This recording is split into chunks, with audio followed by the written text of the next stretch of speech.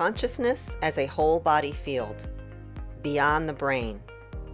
Inspired by The Mystery of Transplanted Consciousness by a Midwestern doctor. The body that remembers. What if our self isn't confined to the brain at all?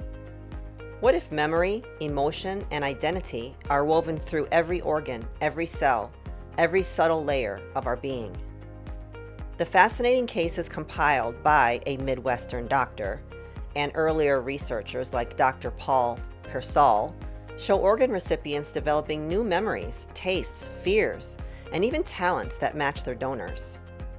These reports don't merely tug at curiosity, they challenge one of science's deepest assumptions, that consciousness is produced solely by the brain.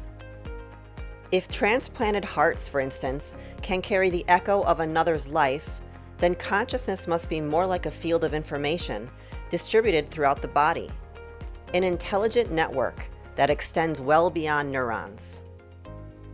When the heart speaks in a new voice. Consider Claire Sylvia, a 47-year-old dancer who received a combined heart and lung transplant. Within days, she began craving beer and chicken nuggets, food she had always disliked, and noticed subtle masculine energy shaping her and her moods. Later, she dreamed of a young man named Tim L. When she located her donor's obituary, the name matched.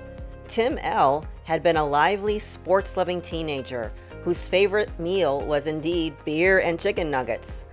Sylvia wrote that she felt a second soul sharing my body, sensing impulses, posture, and confidence that were not originally hers. Friends said she even walked differently. The heart she carried appeared to be carrying a personality. Another documented case involved an 8-year-old girl who received the heart of a murdered child. Soon she began having nightmares describing the crime, the location, weapon, and last words of the victim. Her detailed recollections later helped investigators identify and convict the killer. And in The Heart's Code by Dr. Persall, recounts the story of a 47-year-old foundry worker who suddenly developed an obsessive love for classical music after receiving the heart of a 17-year-old black violin student. The recipient knew nothing about the donor's background, only that shortly before his death, the young man had been on his way to a violin lesson. Such stories, carefully verified with donor families, illustrate something profound. The heart is a transmitter of lived information, a network of knowing. Modern physics hints that information is never destroyed, it simply changes form. Biology may be showing us the same truth through the living medium of our tissues. Each organ pulses with its own frequency, chemistry, and memory. The heart with joy and courage, the liver with anger or creative drive, the lungs with grief, and kidneys with fear and resilience. These patterns aren't just poetic metaphors for Chinese medicine. They may represent genuine storage sites of experiential data. When one organ is transplanted, that data can transfer like software moving to new hardware. Rather than a top-down command center, the body appears to function as a holographic intelligence, where every part contains the whole. Consciousness, then, may not emerge from matter, but inhabit it, flowing through blood, fascia, and electromagnetic resonance. The energetic continuum. If our organs hold memories and personality, where do those patterns end? Many traditions, from the Vedic subtle body system to modern biophysics, describe an energetic anatomy that extends beyond the skin. The physical organs seem to act as anchors for this larger energetic body. When a person experiences trauma or toxicity, the blockage isn't only chemical, it's vibrational. Cleansing the organs therefore recalibrates the entire field. This is why many individuals report profound emotional clarity, intuitive expansion, or even spiritual awakening after physical detox or energy work. The information grid of the body becomes more coherent, and consciousness can express more freely through it. Releasing the whole body mind. At Human Consciousness Support, we view detoxification not as punishment or deprivation, but as an act of liberation.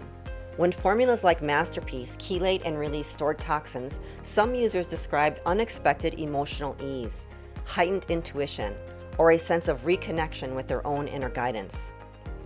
Perhaps this is because the body's true intelligence, its cellular consciousness, is no longer muffled by the chemical noise of modern life.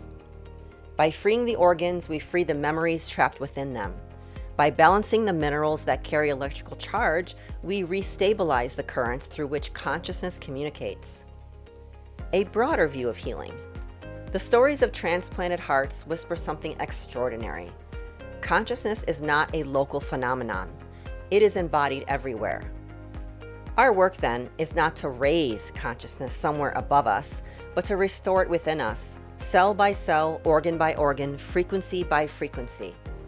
When the physical and energetic systems realign, peace often follows naturally. That peace is not a mood, it is a signal of coherence.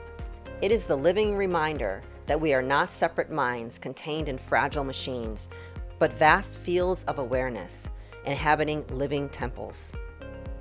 Human consciousness support exists to nurture that remembering through education, community, and products designed to harmonize both body and field. Many who begin with the intention to detox discover something deeper. They begin to wake up inside themselves.